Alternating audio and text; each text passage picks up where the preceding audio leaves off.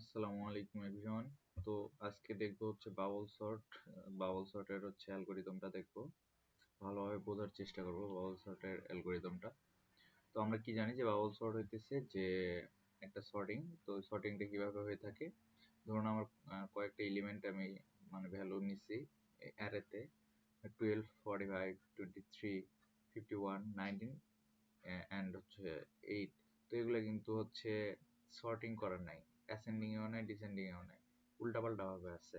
এখানে আমরা যদি এখন লিনিয়ার সার্চ করি তাহলে কিন্তু এটা হবে, বাট আমরা বাউল সর্ট ইউজ করব হচ্ছে আপনার বাইনারি সার্চের ক্ষেত্রে যখন প্রয়োজন হবে। তো এটা একটা সর্টিং টাইপ। তো এখানে বাবল সর্টটা কিভাবে কাজ করে, বাবল সর্ট কাজ করে এভাবে যে বাবল সর্ট অ্যাকচুয়ালি দেখে যে ধরুন আমি প্রথমে 12 থেকে তো শুরু করব। বাবল সর্ট দেখে যে তার পাশের এক্স্যাক্টলি পাশে যেটা আছে সেটা তার থেকে বড় কিনা ছোট। এখানে 12 থেকে 45 কি বড়, মানে এটা ঠিক আছে, ঠিক আছে। তারপরে সে দেখবে যে এই যে এটা মানে পরের এটা তো শেষ করলো যে এটার সাথে এটা কম্পেয়ার করে দেখলো যে এটা ছোট এটা বড়, মানে ঠিক আছে।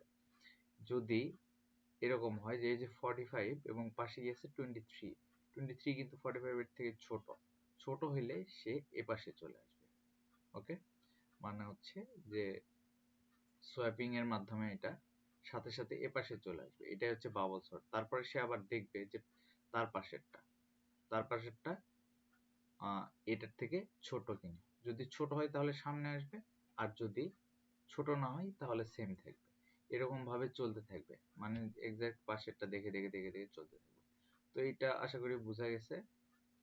তো এইভাবে প্রথমে আগে একটা আইটারেশন শেষ করবে বা একটা পর্যায়বৃত্ত শেষ করবে। কতগুলা হচ্ছে আপনার ইয়ে করবে পর্যায়বৃত্ত, মানে লুপটা কতক্ষণ পর্যন্ত চলবে, এটা চলবে n-1 পর্যন্ত। মানে এখানে যদি টোটাল এলিমেন্ট থাকে 6টা তাহলে 1 2 3, মানে টোটাল 1 2 3 4 5, 5টা হচ্ছে আপনার ইয়ে করবে আর কি, আইটারেশন সম্পন্ন করবে। এই যে এখানে দেখা যাচ্ছে যে শেষে গিয়ে এগুলো সর্টিং হয়ে গেছে। ওকে, তো বাবল সর্টের যদি অ্যালগরিদমটা আমি একটু দেখি, অ্যালগরিদমটা হচ্ছে যে প্রথমে আমাকে একটা এখানে আমি যেগুলো বললাম এগুলো হচ্ছে অ্যালগরিদমে আপনারা এখন অ্যাপ্লাই করতে গেলে আরো ভালোভাবে বোঝা যাবে। একটু অ্যালগরিদমটা দেখি, কোডিংটা দেখি, তাহলে একটু ভালোভাবে বোঝা যাবে।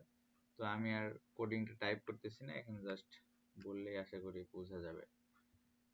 তো প্রথমে হচ্ছে আমরা তো অ্যারেটা হচ্ছে নেব ইনপুট, যে কোনো ভাবে আমরা অ্যারে আশা করি ইনপুট নিতে পারি।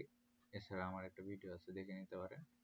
তো অ্যারেটা আমি প্রথমে ইনপুট নেওয়ার পরে আমি কাউন্টার নামে একটা হচ্ছে ডাটা ইন্টিজার ডাটা টাইপ দিয়ে একটা কাউন্টার নামে ভেরিয়েবলে 1 আমি ইনিশিয়ালাইজ করে নিলাম।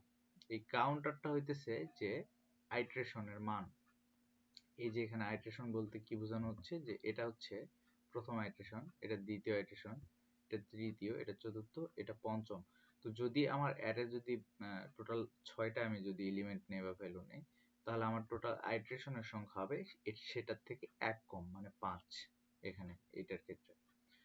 তো এই কাউন্টারের প্রথমে 1 ইনিশিয়ালাইজ করে নিলাম। তারপরে আমি হোয়াইল লুপ ইউজ করে কি বললাম, যে কাউন্টারের মান যখন n এর থেকে ছোট হবে, n-1, এখানে লেস দেন n মানে কিন্তু n-1 এর থেকে যখন কাউন্টারের মানটা ছোট হবে তখন পর্যন্ত তুমি এই ভিতরে প্রবেশ করো, এটা বলে দেওয়া আছে।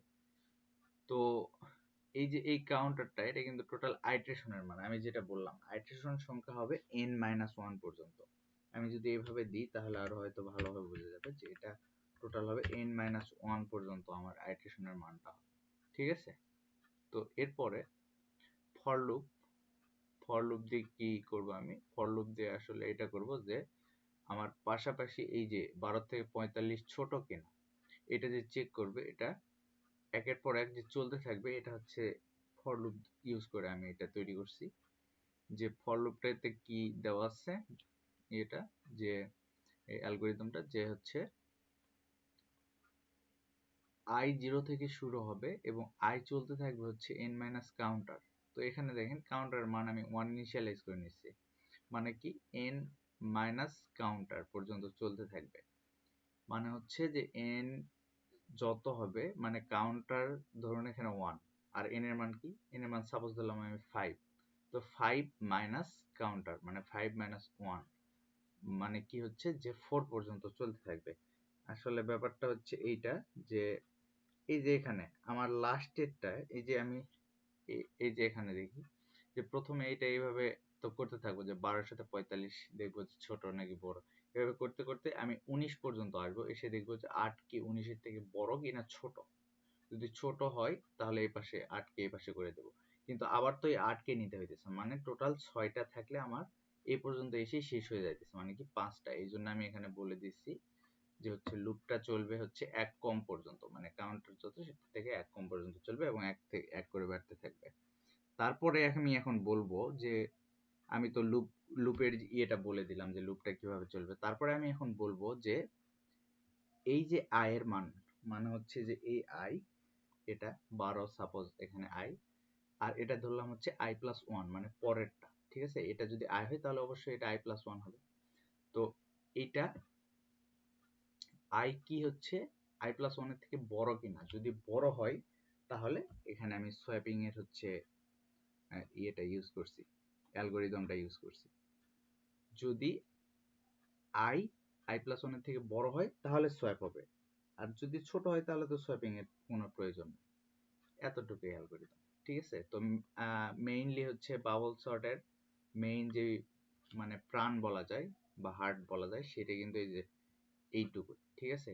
এবং সব সর্টিং এর ক্ষেত্রেই কিন্তু সোয়াপিংই মেইন একটা বিষয়। তো তারপরে এটা শেষ করার পরে আমি কাউন্টার প্লাস প্লাস দিলাম। কেন দিলাম? কারণ হচ্ছে যে কাউন্টার এক করে যখন মানে বাড়বে আবার নতুন ভাবে লুপ শুরু হবে।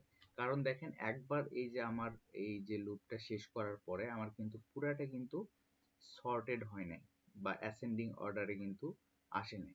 তো যখন বারবার अरे এটা ये प्रोसीजर आपको বারবার যখন আমি এটা হচ্ছে আপনার করতে থাকবো তখন কিন্তু হচ্ছে এটা আপনার মানে সর্টিংটা শেষ হবে। এই যে টোটাল এখানে 5 বার আমরা করছি, তো 5 বার করার পরে কিন্তু আমার সর্টিংটা শেষ হয়েছে, ঠিক আছে। তো কাউন্টার এক করে বাড়তে থাকবে এবং আরেকটা করে নতুন আইটারেশন যোগ হবে। ওকে,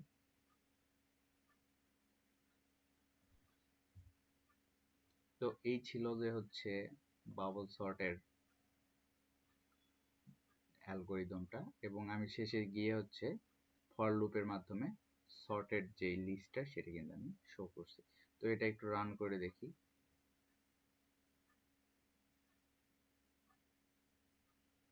সাপোজ আমি 5 দিলাম, আমি ভ্যালু দিলাম প্রথমে 3 দিলাম, তারপরে 2 দিলাম, তারপরে 5 দিলাম, তারপরে 6 দিলাম, এর লাস্টে দিলাম 10।